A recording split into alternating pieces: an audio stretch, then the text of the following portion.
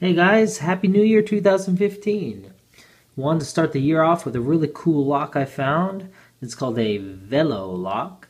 It's got some really cool features I'll show you in the demo, and then later I'll try to pick it for you.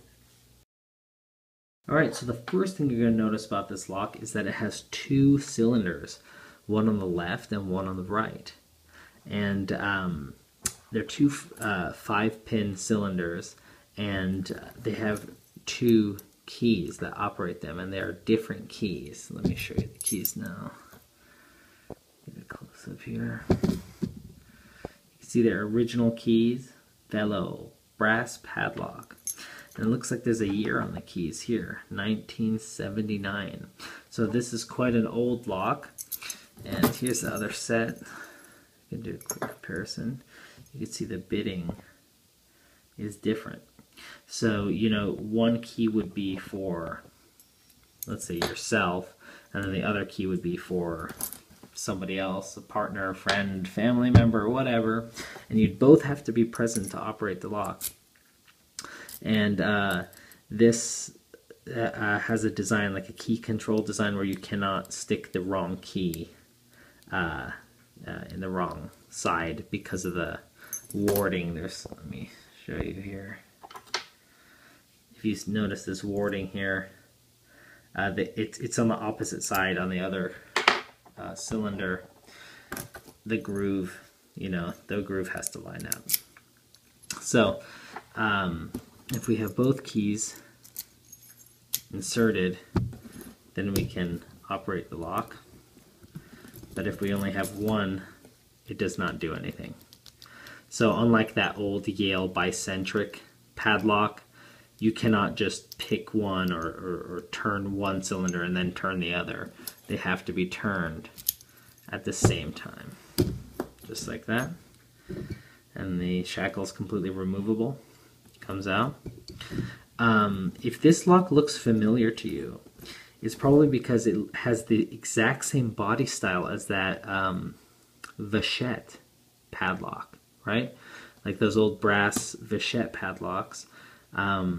This is also solid brass. It's a very heavy solid brass brick. It's a 60mm lock, and it weighs like around 540 grams. So it feels really nice, like of good quality.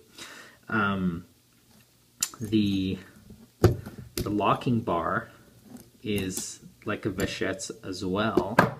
If you look inside,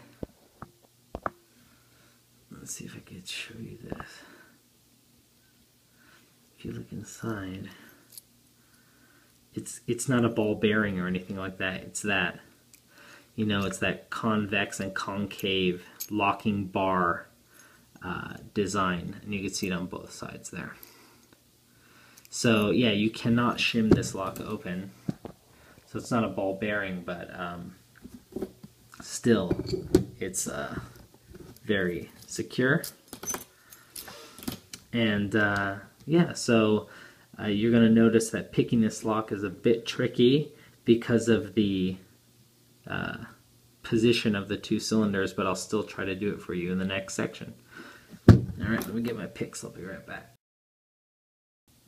Okay, so to pick this lock, you have to pick both at the same time. What I mean is you have to jump back and forth, because they're both going to be binding, right? So if let's just start here. What I'm going to do is I'm going to get tension just like this, and I'm going to have to go back and forth, which is going to be tricky, especially to do on camera, but yeah, let's see if I can do it. Let's see what kind of angle is good for you guys. Sorry if this gets weird, but this is, you know, awkward for me too. So yeah, alright, I already got one set. Just gonna have to feel my way through. Okay, there's another set. Alright, looks like, alright, got another set. Okay. That was not a set, just a clicking noise. I think it's time that I switch to the other side. So what I'm going to do is I'm going to just keep tension and flip the lock like this. See, now I'm picking in a more familiar fashion for an American. Alright, let's see. This is binding hard, this first pin. I don't know if you can see it. Yeah, there you go. This first pin is binding pretty hard. See that? There you go. That always feels good when you have like a lot of feedback, right? It feels nice to set that. Alright, let's see. Anything else? This cylinder. Right here. I'm gonna let go of the tension. I'm putting pretty hard tension actually because of, you know, look at the way I'm holding this. That's not ideal, right? I can't really control it really well. So I gotta, there you go. Finally got that one. I had to let go of the tension a bit. There you go. Got another one. Now we can see that the core is rotated just slightly.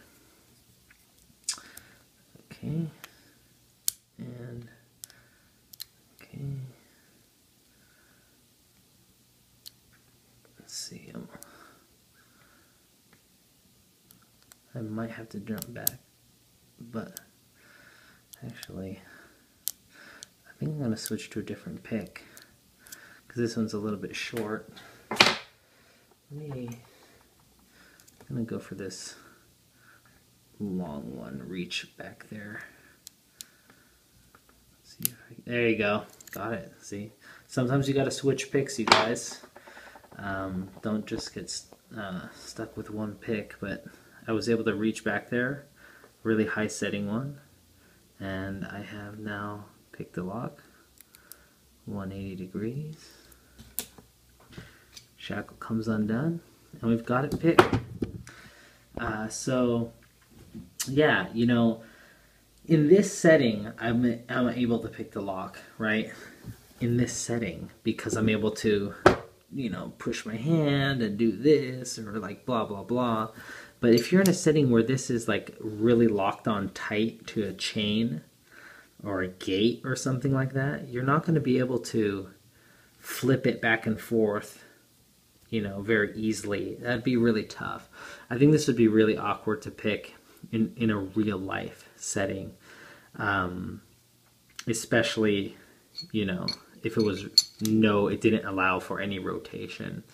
If this was like a real life setting, the best way to, I think the most efficient way to do this would be, you know, you pick this side and then your buddy picks this side at the same time, and then you guys can just work back and forth to pick the lock. So yeah, there you go, the VELO brass padlock.